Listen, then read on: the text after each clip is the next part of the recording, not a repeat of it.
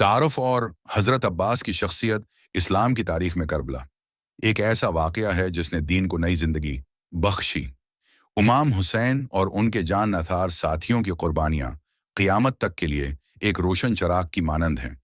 उन जान नथारों में सबसे नुमायाँ और मनफरद हस्ती हज़रत अबू अल फ़ज़ल अल अब्बास हैं, जिन्हें अलमदार करबला कहा जाता है। हज़रत अब्बास का किरदार वफ़ा, कुर्बानी, एसार और बहादरी की लाजवाल मिसाल है। उन्होंने करबला में न सिर्फ इमाम हुसैन के साथ वफादारी निभाई, बल्कि अपने इल्म प्रचम को आखिरी दम तक ज़मीन पर गिरने न दिया। इसी निस्बत से उन्हें बाबुल हवाइज और सिकाए सकीना के अलकाब मिले। हज़रत अब्बास की शख्सियत हज़रत अब्बास 4 शाबान 20 हिजरी को मदीना में पैदा हुए। आप हज़रत अली के फरजंद और जनाब उम्मुल बनीन के लख्त जगर थे। आप बचपन ही से बहादरी, अदब और वफा के पेकर थे। इमाम हसन और इमाम हुसैन से बेपनाह मोहब्बत रखते थे और हमेशा उनके पहलू में रहते थे। करबला में हज़रत अब्बास का किरदार करबला का मार्का सिर्फ तलवारों का मुकाबला न था, बल्कि ईमान और बातिल के दरमियान जंग थी। इस मार्के में हज़रत अब्बास की खदमात अनमोल हैं। 1. इल्मदार करबला। इमाम हुसैन ने लश्कर हुसैनी का परचम आपके स्पर्द किया। ये एजाज़ किसी और को न दिया गया। 2. सुकाए सकीना। प्यास से बलकते बच्चों के लिए पानी लेने गए और शहादत का एली मकाम पाया। 3. वफादारी। इमाम हुसैन की इजाज़त के बगैर एक कदम न उठाया। 4. कुर्बानी। भाई की अमानत, इल्म की हिफाजत करते हुए बाजू कटवा दिए, मगर परचम को ज़मीन पर न गिरने दिया।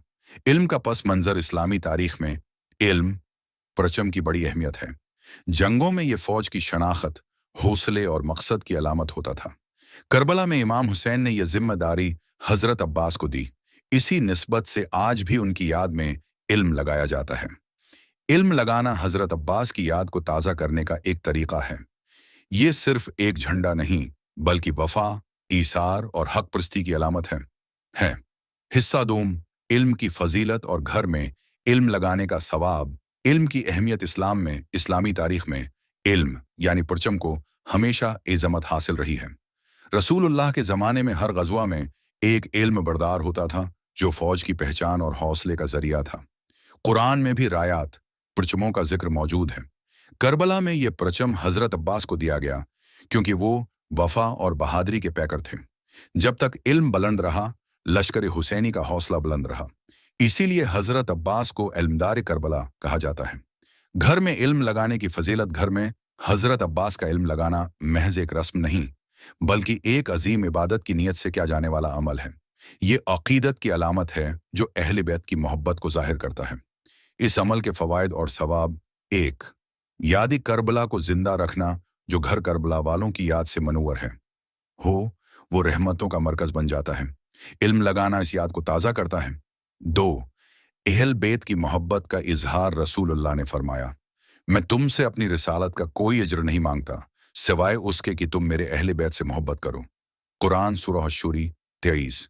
इल्म लगाना उसी मोहब्बत का एक इजहार है, और ये मोहब्बत ईमान है। 3.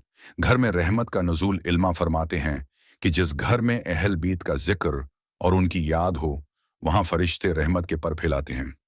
इल्म लगाना इसी जिक्र का एक हिस्सा है। 4 नज़र व मंद की तकमील। बहुत से लोग अपनी हाजात पूरी होने पर या मुश्किल वक्त टलने पर इल्म लगाते हैं। चूँकि हज़रत अब्बास बाबुल हवाइज हैं, उनके वसीले से दुआएं कबूल होती हैं। 5 नस्लों तक पैगाम करबला पहुँचाना। बच्चे जब घर में इल्म देखते हैं तो सवाल करते हैं। इस तरह आने वाली नस्लों को करबला का पैगाम मुंतकल होता है। सवाब का पहलू। इल्म लगाने का असल सवाब नीयत पर मुनहसर है। हदीस में आया है, ऐमाल का दार व मदार नीयतों पर है। यानी अगर आपकी नीयत सिर्फ अल्लाह की रज़ा और अहल बीत की मोहब्बत है, तो ये अमल इबादत शुमार होगा। इल्म लगाने वाला गविया ये ऐलान करता है कि वो हक और वफा के रास्ते पर है। इस नीयत के साथ किया गया हर अमल सिदका जारिया बन जाता है। क़यामत के दिन यही निशानियां शफायत का जरिया बनेंगी। रूहानी पहलू। घर में इल्म लगाने से अहले खाना को सुकून और हौसला मिलता है। मुश्किल हालात में इल्म के सामने दुआ मांगने से दिल को इत्मीनान हासिल होता है। ये हमें याद दिलाता है कि वफा, कुर्बानी और ईसार ही असल दीन है। असल दीन